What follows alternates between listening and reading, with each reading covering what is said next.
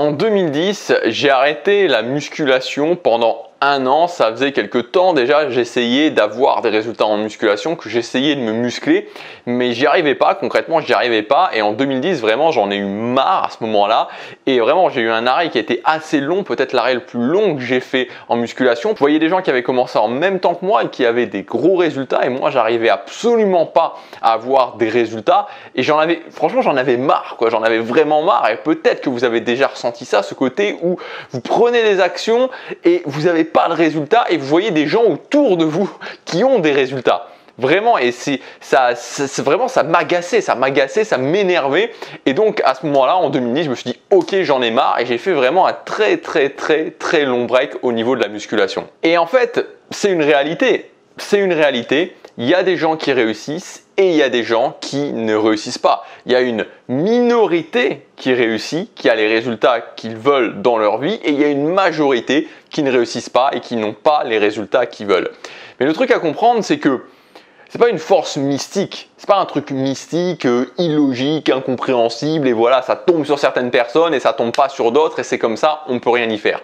Il y a des choses à comprendre, il y a des actions communes que prennent ces gens-là, et justement dans cette vidéo, je voudrais vous expliquer 5 actions que prennent les gens qui réussissent leurs objectifs. La première action, et elle est vraiment très importante, c'est le fait de ne pas laisser ces moments de détente ou ces moments de repos ou ces moments de congé détruire son potentiel de succès.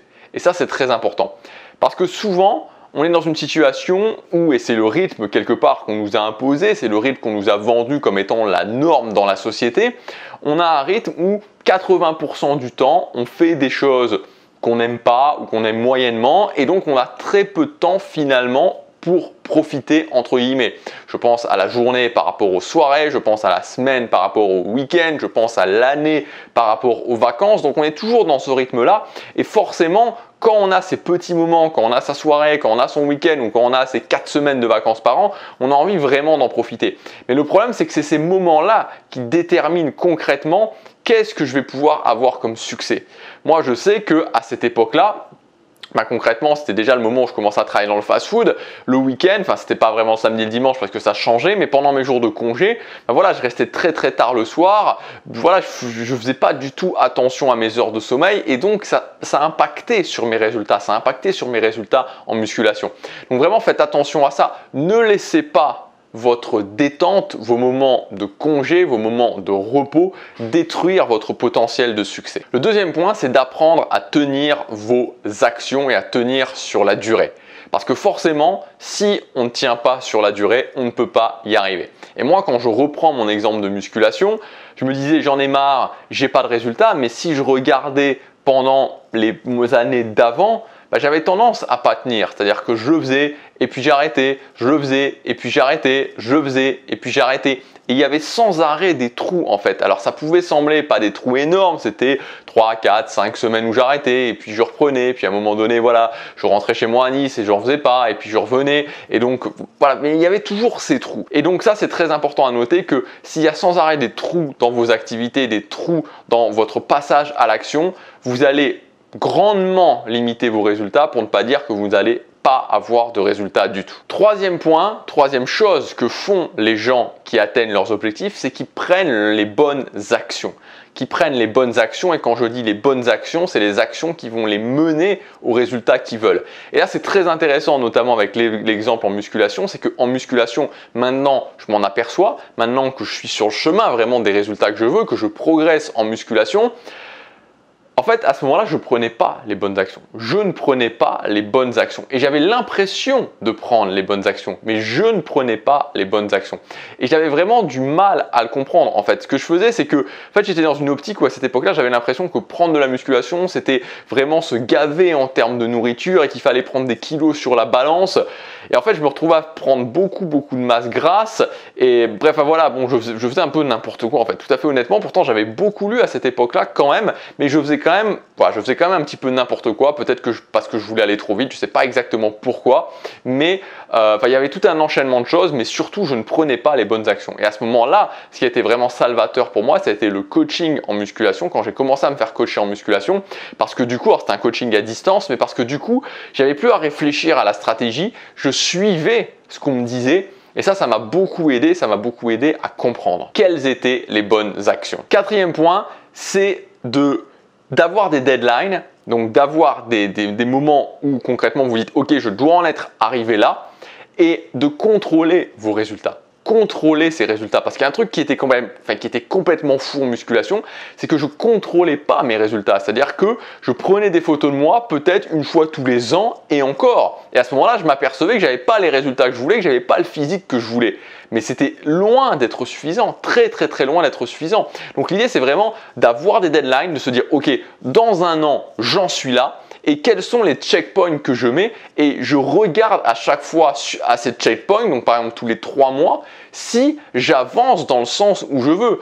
Parce que sinon, c'est comme si j'avais des œillères en fait. C'est comme si j'avais des œillères et que j'avançais sans trop savoir où je vais. Et donc, je ne peux pas ajuster au fur et à mesure. Je ne peux pas savoir si j'avance sur le bon chemin ou pas. Donc, où est-ce que je veux en être dans un an, à la fin de l'année, où est-ce que j'en suis, et ensuite, dans 3 mois, je contrôle, 3 mois après, je recontrôle, 3 mois après, je recontrôle, pour voir si j'avance dans le sens où je veux. Et c'est pareil pour tout, c'est-à-dire c'est pareil si vous voulez vous améliorer socialement, c'est pareil en termes de business en ligne, c'est pareil en termes d'apprentissage d'une compétence, d'apprentissage de langue, de musculation, de sport, c'est pareil pour tout, c'est-à-dire que ok, je sais dans la direction dans laquelle je vais, mais il faut que j'ai des checkpoints qui me permettent de voir justement si j'avance dans le sens où je veux ou pas, parce que sinon on se retrouve au bout d'un an en se disant j'ai pas les résultats que je veux, on sait pas pourquoi, on comprend pas pourquoi, on est déçu et c'est dommage parce que c'est quelque chose qu'on peut contrôler. Donc en musculation typiquement, faire des photos de soi tous les 3 mois, voir si on progresse à l'entraînement, ça je le faisais pas non plus,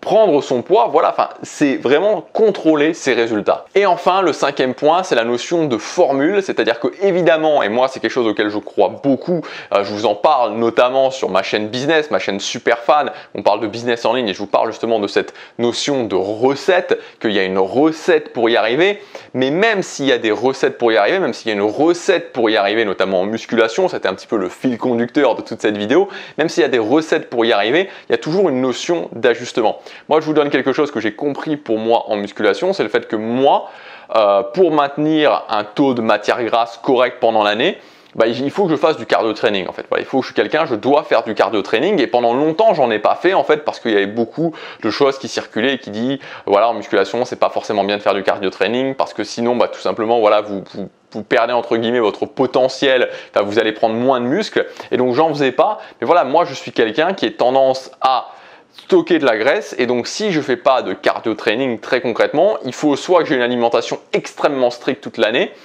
ou alors je vais devenir gras tout simplement. Donc il y a toujours en fonction des personnes des paramètres à ajuster, donc il faut comprendre la base, il faut commencer à avoir des résultats et ensuite en fonction de chaque personne il y a des petites choses à ajuster, il y a différents boutons on pourrait dire à ajuster pour avoir encore plus de résultats. Donc voilà les 5 actions que prennent les gens qui ont des résultats dans leur vie. Vous voyez que ce n'est pas des choses qui sont extrêmement compliquées, mais c'est des choses à mettre en place dans votre vie, à vraiment être très strict sur ces choses-là. Si vous voulez aller plus loin, vous avez ma formation qui s'appelle 10 stratégies à intégrer immédiatement dans votre vie pour vous créer une vie à la hauteur de vos ambitions. Donc c'est le premier lien dans la description, c'est gratuit, c'est des stratégies extrêmement concrètes, extrêmement pragmatiques que vous pouvez mettre en place dès aujourd'hui dans votre vie pour commencer à avoir de nouveaux résultats, pour justement mettre en place des bonnes actions. Et si vous mettez en place des bonnes actions, il n'y a aucune raison que vous n'ayez pas les résultats que vous voulez. C'est quelque chose d'extrêmement logique. Je prends des actions, ces actions me donnent des résultats. Voilà, vous pouvez cliquer sur le premier lien dans la description. Il y a tout qui est expliqué pour accéder gratuitement à cette formation. Moi, je vous dis à demain pour la prochaine vidéo. Passez à l'action, chaque jour compte.